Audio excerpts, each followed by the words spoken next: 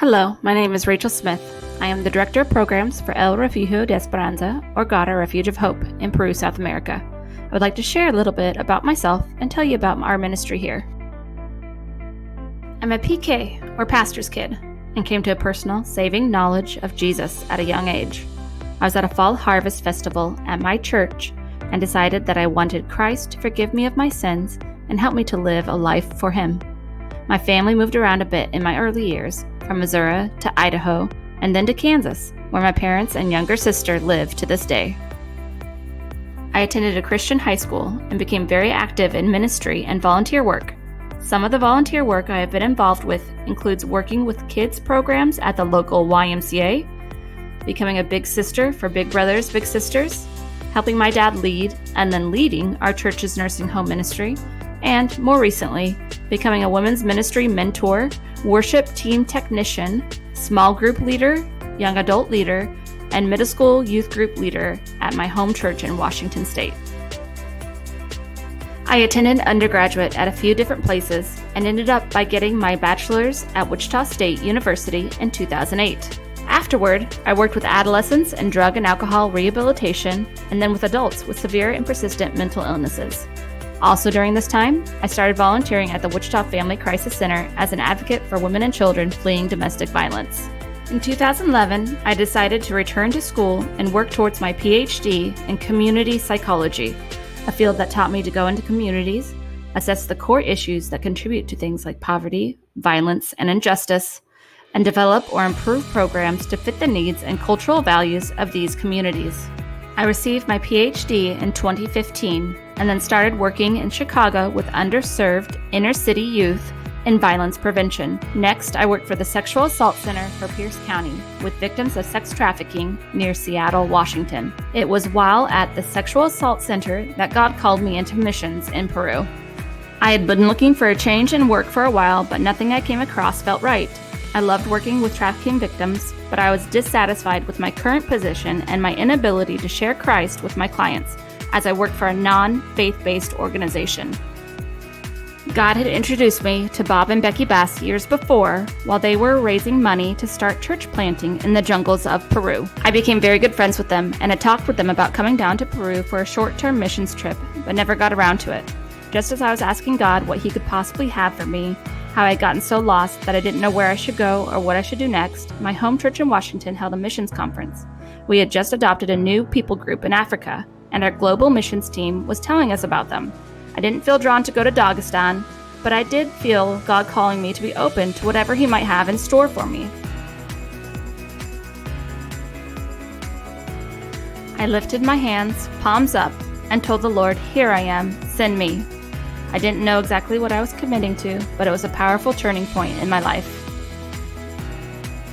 Just a few weeks later, I received a call from Bob in Peru. He and Becky had been feeling a calling to reach out to the most vulnerable in Peru. They had been seeing sex trafficking everywhere they went.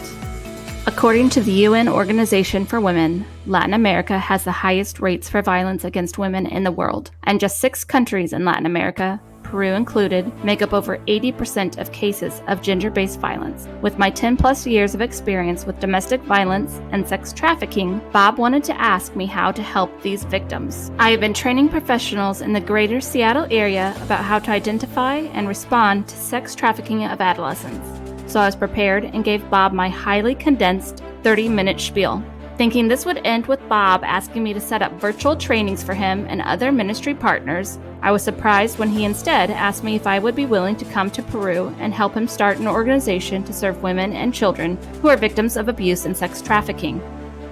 And after much prayer and conference with my spiritual advisors, I said yes. El Refugio de Esperanza is a missionary effort that seeks to reach the most vulnerable with the hope of Christ by providing for their spiritual, emotional, and physical needs. We do this by providing programs for these targeted communities with medical care and basic needs, provide biblical counseling and emotional guidance, support economic self-sufficiency, and embed these services in a supportive community. the church body. In areas where there is no partnering church, our organization will utilize church planting methods to ensure continuity of support and faith-based practices and morals. As with all things, COVID-19 impacted my plans for fundraising in the States. Because of the overwhelming need here in Peru and the limitations of in-person contact in the States at the time I left, I decided to take a leap of faith and come to the mission field without full funding. I have been able to meet with my team in person, start language courses to improve my Spanish and learn the Peruvian dialect, and contribute to the fundamental operating of several programs. Our first home for children who have suffered abuse is ready to open and is just waiting on final approval from the federal government here in Peru. We have started several other programs, including training local church members on how to identify and respond to victims of abuse and trafficking, and a program to provide essential life-sustaining nutrition and education to families who are the most at risk of violence. In order to stay here in Peru without interruptions to my ministry, I need to raise more monthly support. There are some one-time costs that I need to cover as well. My monthly goal is $2,000. This will cover food, bills, health costs, and utilities and housing. Typically in Lima, rent is about $1,500 a month. To decrease this cost, my plan is to build an apartment attached to the home of Bob and Becky. This one-time cost for the building project is $10,000. Another cost right now is for language school. In order to work efficiently with my team, I need to see massive and rapid improvement in my Spanish. These costs are about $150 a month in addition to my current monthly costs. Other funding needs are for the purchase of a vehicle, about $5,000, and furnishing my apartment once it's built. Would you pray with me for the needs of the women and children in Peru who are being abused or trafficked and who desperately need to hear about the love and sacrifice of Jesus? Would you be willing to partner with me in serving the abused here in Peru? Any amount helps. I would love to meet virtually with you, your friends and family, your church, small group, missions board, or elder board. Please contact me so we can set something up.